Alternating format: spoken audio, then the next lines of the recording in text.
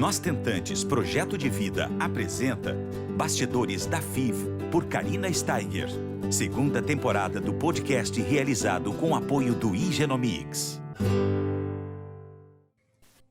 Olá, gente, tudo bom?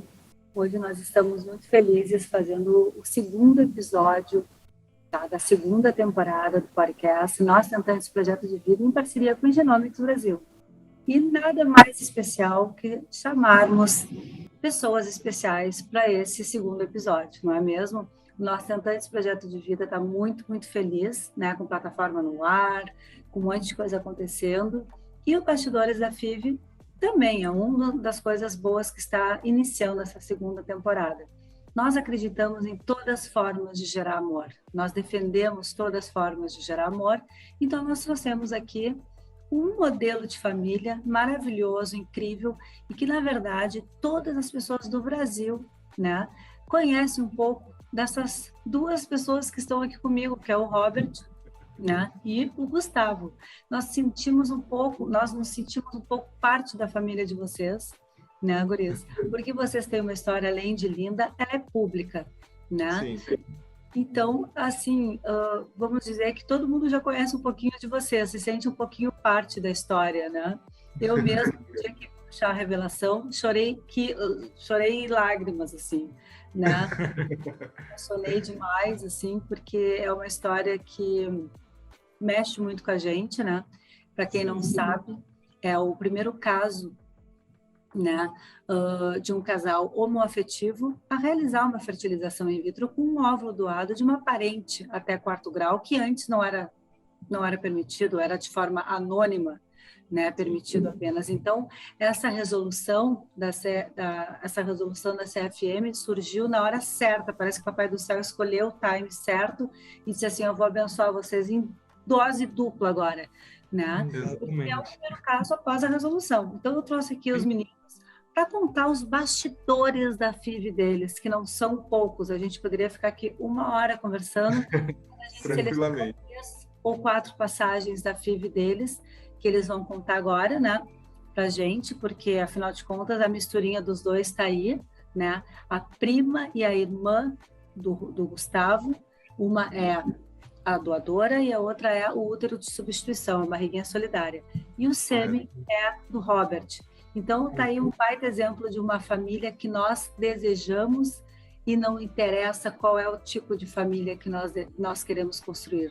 Não é verdade? A gente quer ser pais e mães e construir nossos ninhos de amor. Gente, eu quero saber tudo agora. Falem para o Brasil todo agora os bastidores da FIV de vocês. Pois é, nosso caso, a nossa ideia começou 10 anos atrás, né, de fazer dessa forma, a ideia da misturinha e tudo mais. A gente queria enxergar essa mistura genética de nós dois naquele momento e a gente encontrou esse caminho, que foi o mais próximo, né, que seria usar o óvulo da minha irmã, que é idêntica a mim, e o sêmen do Robert. Isso aí todo mundo já sabe. O que as pessoas não imaginam é o que a gente fez até chegar a esse momento, né? Então, assim, já começando, né, sobre essa questão aí dos bastidores. Um primeiro ponto é que a gente quis muito realizar as coisas dessa forma e a gente descobriu que era proibido. E aí, o que a gente fez? Então, uma das formas que a gente fez foi eu e irmã do Gustavo, minha cunhada, fingimos um relacionamento. Sim. Então, assim, um pouquinho constrangedor em algumas clínicas, entendeu? Fingindo que a gente tinha uma relação e que a gente queria utilizar de uma barriga solidária. Assim, mais uma vez a gente não conseguiu, porque uma mulher saudável não pode recorrer a uma barriga solidária se ela não puder gestar. Então, a gente teve esse entrave aí e não conseguimos, mas foi um dos bastidores aí nada legais que a gente passou. Mas faz parte, né, pessoal? Quem não tem uma história parecida do caso que é um desespero, a gente começa a ver possibilidades e a gente, quando vê, não mede esforços, né? Exatamente. Tentaram. Exato. E era bem constrangedor, né? Porque a médica fazia entrevista, perguntava da vida sexual, de uma série de coisas, e eles tinham que responder. Péssimo a situação. sexuais entre nós dois, imagina. Aí foi bem constrangedor, mas a gente driblou assim, a situação. Mas assim, foi mais uma fase aí que a gente tentou e não deu certo. E me diz uma coisa, pessoal, contem pra gente, assim, eu soube numa conversa anterior, eu quero que os meninos falem, uma coisa que acontece muito, mas eu achei interessante que aconteceu com vocês dois, essa coisa da ansiedade que pegou um pouco a parte da saúde de vocês, não é mesmo? Sim, total. A fertilização, todo mundo que já passou sabe que é um processo que dá muita a ansiedade comanda, né? A gente perde sono, a gente ou come demais ou perde completamente a vontade de comer. Enfim, a ansiedade, ela se manifesta de várias formas. Exato. Foi no caso da gente. Eu emagreci uns 10 quilos em pouquíssimo tempo e o Gustavo, o contrário, aumentou uns 10 quilos nesse mesmo tempo, entendeu? Exato. Então a gente lidou de forma bem diferente com Sim. essa ansiedade até as coisas darem certo e tudo. Mas aconteceu isso, a gente mudou drasticamente aí nosso físico, né? Nossos pesos aí e nossa alimentação. Total. Em quanto tempo isso aconteceu, assim? Em um mês. Em um Foi mês? muito rápido. Sim. E eu acho que por isso foi tão assustador, né? Porque assim, o nosso processo, ele foi muito rápido. Se a gente falar do processo de 20 dias, foi muito pouco, mas tem todo aquele antes, né? Que já é aquela fase do tentante, né? Que era o nosso caso. A gente tentava de várias formas e sempre uma portinha se fechando, até que a resolução mudou do resultado e foi que aquela porta se abriu e a partir dali tudo começou a dar muito certo. Exato. Mas até chegar nesse ponto, foram essas crises de ansiedade. Estiveram à beira da loucura. Vocês estiveram à beira da loucura, praticamente. É um processo de ansiedade muito forte mesmo. Era muito assustador, assim, ver ganhando peso, assim, 1 quilo por dia, assim, sabe? Era muito louco. E o Robert também, eu acho que perder peso consegue ser mais assustador do que ganhar, porque ele começou a sumir, era desesperador. Eu falei, você vai morrer, sabe? Então, é uma ansiedade muito forte. E você comia compulsivamente, de 10 em 10 minutos. Sim, muito. Principalmente... A boca estava incontrolável. Brigadeiro. Toda noite eu ia lá fazer um brigadeiro, comia ali uma pratada de brigadeiro como se fosse uma sopa, sozinho. Que interessante, né? E deu nos dois na mesma fase, na mesma época. Sim, exato. E o Robert, o contrário, o Robert simplesmente parou de comer. E eu implorava para ele colocar, ele não queria, não tinha o apetite total. E não dava vontade.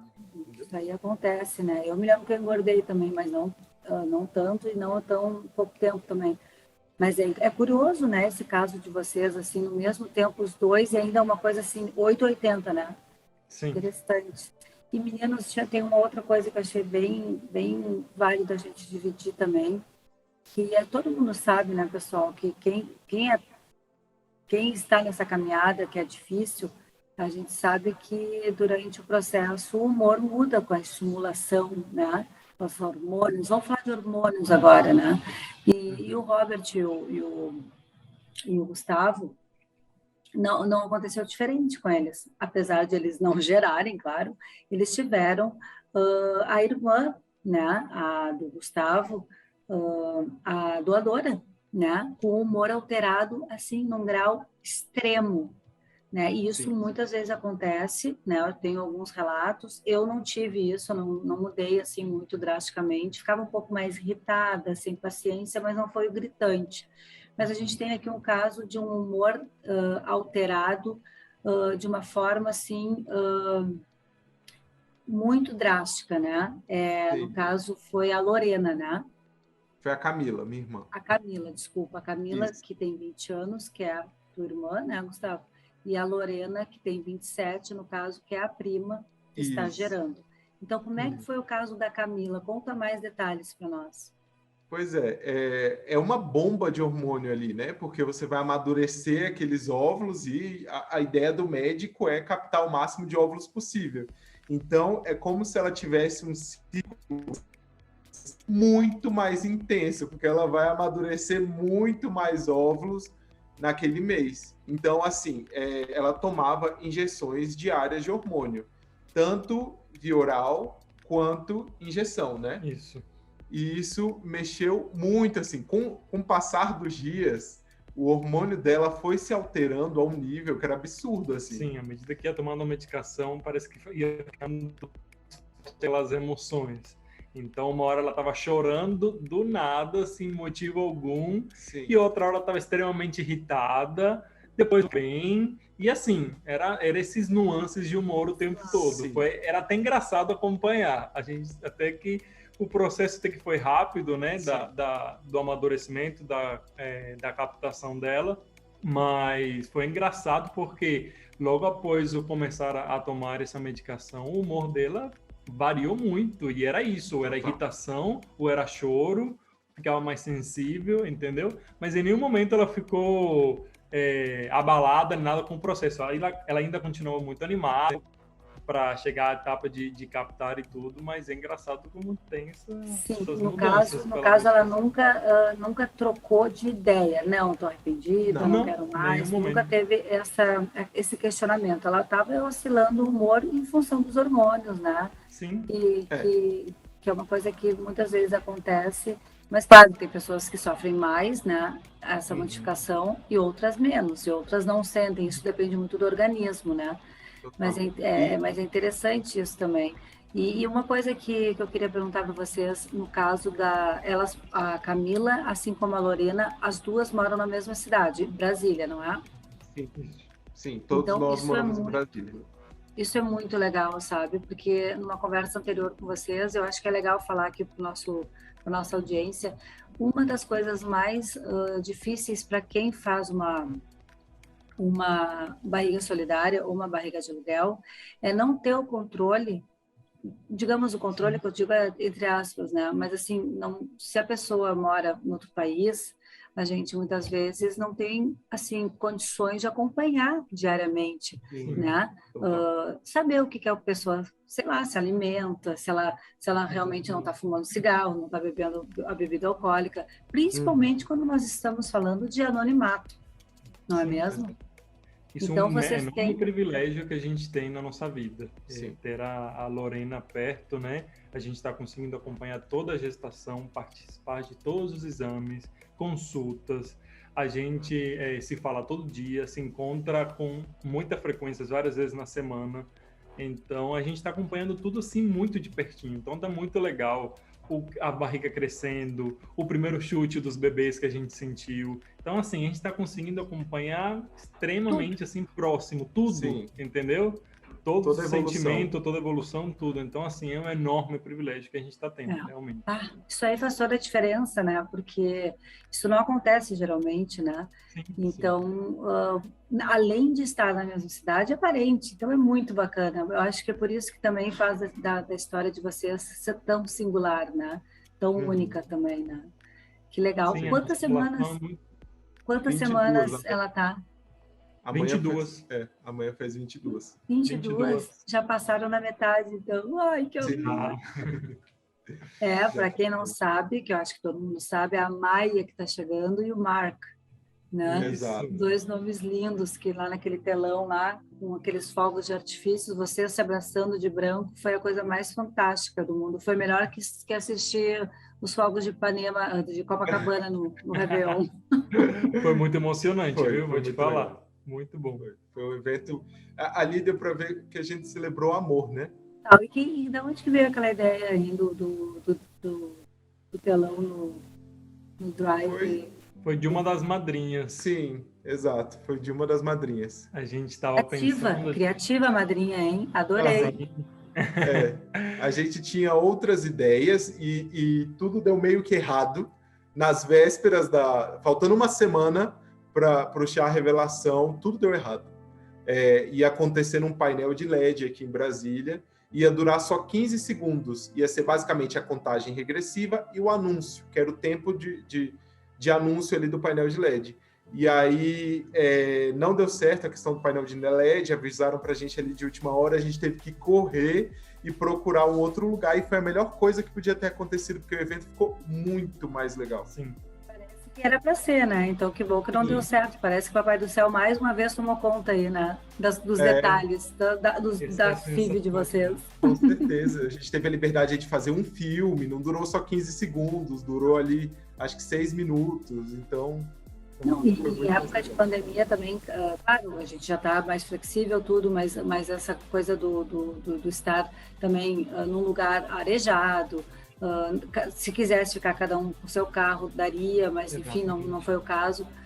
Mas muito legal, muito bacana, assim, a história toda, muito comovente, assim. Eu me lembro que eu assisti umas 3 vezes seguidas, assim, eu não cansava de assistir, assim, muito legal. E Gurias, me diz uma coisa, uma outra coisa que a gente pode falar aqui, que eu acho que é super válido também, sobre constrangimentos, tá? Situações que desanimam a gente. Eu tenho, rapidamente falando, mas assim, na minha FIV, eu também passei por alguns constrangimentos, porque eu também sou uma mãe receptora, então não é todo mundo que entende. Na minha época, ninguém falava no assunto, né? Então, o que você quer fazer um filho, sabe, com um óvulo de uma doadora que você não conhece, lá na Espanha ainda. Então, eu também passei por uns constrangimentos. Eu construí uma rede de amor que eu tive uma ajuda de 180 titios de alma do Henrico para irmos até lá. Então, também falava, mas quem não pode ir até lá, não pode pagar, não tem que ter filho. Então, eu também passei por uma série de constrangimentos e a gente bate no peito e parece que nos fortalece isso, né? Sim. Parece que isso a gente deixa para trás e diz assim, não quero saber de vocês. O amor e as pessoas que fazem parte dessa rede que a gente constrói é tão forte, tão bonito, que o resto fica a minoria, né? E eu acredito que isso também aconteceu com vocês. Eu queria que vocês dividissem isso também conosco, que eu acho que é importante. A gente sofre muito preconceito, quem faz fertilização no modo geral, né? E em casos especiais, mais ainda. Total. Eu costumo falar até que a gente só não sofre constrangimento no Instagram, porque ao vivo é todo dia um constrangimento diferente. É sempre um comentário que vem ali, ou enfim, sempre de coisa. Mas durante a fertilização, a gente teve alguns pontos bem importantes, assim. A Camila foi fazer um processo um exame, né, de ovulograma. Fazer a contagem de óvulos, né? De óvulos. Então, aí ela foi fazer o ovulograma e a médica perguntou por que ela estaria lá, por ser muito nova, né? Já que iria fazer um exame de contagem de óvulos. Aí ela explicou a história e a médica totalmente desencorajou ela, falando que absurdo, que na família dela não daria certo, que se ela... A Camila saiu dali assustada com aquela tratativa. Claro que não abalou nada a decisão dela, mas a gente vê outra agida e, assim, o mau preparo da médica dar uma opinião particular dela, entendeu? Num momento mais técnico, né, de uma consulta, e, assim, tão preconceituoso também, entendeu? Então, foi um momento bem constrangedor para a Camila. Exato. Eu não entendo, assim, porque que tem médicos que, no caso, o papel deles é ajudar, né? A gente trazer esse nosso sonho para a realidade, a opinião pessoal. Eu acho que eles não poderiam nem estar trazendo à tona, né? Enfim. Sim, com certeza. Mas é bem feio, assim, essa opinião dela, né? Uma coisa bem difícil de aceitar, né?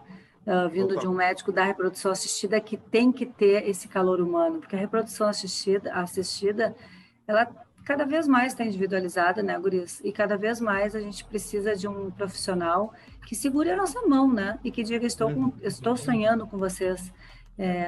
Então, eu acho que isso aí é inaceitável. Por isso que eu digo sempre, sabe, Robert e Gustavo, que se a gente não tem a melhor experiência do paciente, a gente tem que trocar de clínica ou de médico, né? Teve outra situação também nos corredores da clínica, que não foi nenhum médico, nenhum profissional, mas foram outros pacientes, sabe? Aqueles encontros, né? E a pessoa vem querer saber como é que tá o processo, e a gente foi contar a nossa história, até porque essa paciente que abordou a gente. Quando a gente foi contar, ela, assim, se deparou com uma situação um pouco atípica, né? Só que ela despejou uma série de comentários desnecessários, como, tipo, qual dos dois que vai ser o pai?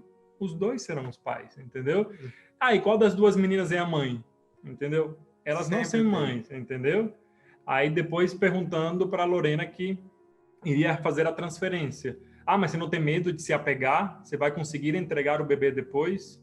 Entendeu? Então, assim, foi uma sequência de perguntas, sim, entendeu? Que, assim, a gente sempre teve muito bem resolvido e muito tranquilo entre nós quatro, com o papel que cada um desempenha nesse processo como um todo.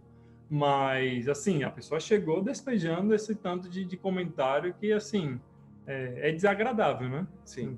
Então, foi mais um dos bastidores não agradáveis que a gente passou. Nós fizemos agora esse ano, em abril, a gente fez um evento online, nós tentantes, que falou as diferenças de barriga solidária e barriga de aluguel, né?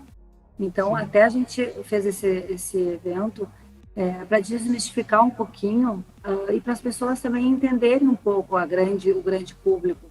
Porque é isso, muitas vezes as pessoas não entendem e aí ficam falando besteira, né? Isso aí, eu já ouvi 500 mil besteiras, né? Mas, e cada vez mais eu escuto, porque eu falo com tentantes e com famílias de todo o Brasil todo o tempo, então a gente escuta absurdos, né? Mas eu acho que é isso, acho que a gente está no caminho, né, gente? Tanto o Nós Tentantes, quanto vocês, quanto muitas pessoas que estão fazendo um movimento para poder desmistificar a reprodução assistida, todas as formas de gerar amor, como eu carinhosamente chamo, e acho que a gente está fazendo um belo trabalho, sabe, meninos? Porque eu acho que a informação não só traz a aceitação, mas os esclarecimentos para o preconceito ficar um pouquinho mais ameno, assim, né? Mais tranquilo, assim. Apesar de que sempre vai existir, isso não tem como não, mas eu acho que as pessoas estão entendendo um pouquinho mais do processo, né? E falando menos besteira, né? Que sim, é o que a gente reza que daqui a 10 anos, o meu filho, assim como o de você, o casal, a Maia e o Marco, também olhem para trás e digam assim, olha só, meus pais, né, minha mãe, o Henrique Falha e meu pai, fizeram a diferença, né? Eles batalharam muito, a gente é tão amado, a gente é tão, sabe, feliz e construíram a nossa família, que isso ficou para que isso seja uma coisa assim, que seja ficado lá para trás, sabe? Tipo, sim, como se fosse num outro século. Exatamente. Né? E a gente abriu caminhos para outras famílias, entendeu? Conquistarem esse sonho da maternidade, da paternidade, entendeu? Sim. Então, não, desmistificar mesmo, quebrar esses tabus, entendeu? Representatividade é importante, entendeu? E a gente está aqui para fazer isso. Verdade. E por isso eu trouxe vocês, porque eu acho que a gente tem que falar sobre as coisas, a gente precisa lutar para que isso aconteça, né? Para a gente dar um mundo melhor para nossos filhos, né? Não tenha dúvida. E as nossas histórias, a de vocês e tantas outras, mas a gente precisa realmente colocar isso para um grande público, porque muitas pessoas não conhecem, né? Não sabem do que a gente está falando. Acho que só quem passa sabe de fato, né? E eu acho que existe essa identificação muito grande de pessoas que também, assim como nós, batalhamos e não foi fácil, né? Mas para isso que nós estamos aí e queria agradecer imensamente vocês por estarem fazendo esse movimento todo, terem aceito o meu convite de falar coisas íntimas, né, de vocês e dos bastidores da trajetória dessa caminhada, que não é nada fácil. E atire a primeira pedra quem não tem um fato assim isolado, né, um fato bem pontual dentro de uma trajetória de tentante. Sim. É bem difícil não ter, né? E aí o bastidor está aqui para isso, para desmistificar e trazer à tona o que nunca foi revelado, né? Ou pouco revelado, porque às vezes, né, que nem o caso de vocês, como a gente falou anteriormente, a gente faz parte a gente se sente íntimo de vocês. Parece, hoje eu olho vocês aqui na tela e digo, meus amigos, né? Eu acho que a gente... Sim, mas é isso mesmo. É a ideia. A gente cria relações e a gente agradece muito o convite seu aí para participar, ter esse bate-papo aqui, foi muito bom, muito agradável. E a gente deseja só alegrias para a família de vocês e que essas crianças sejam, assim, abençoadas, cheguem com muita saúde, porque amor é o que não vai faltar.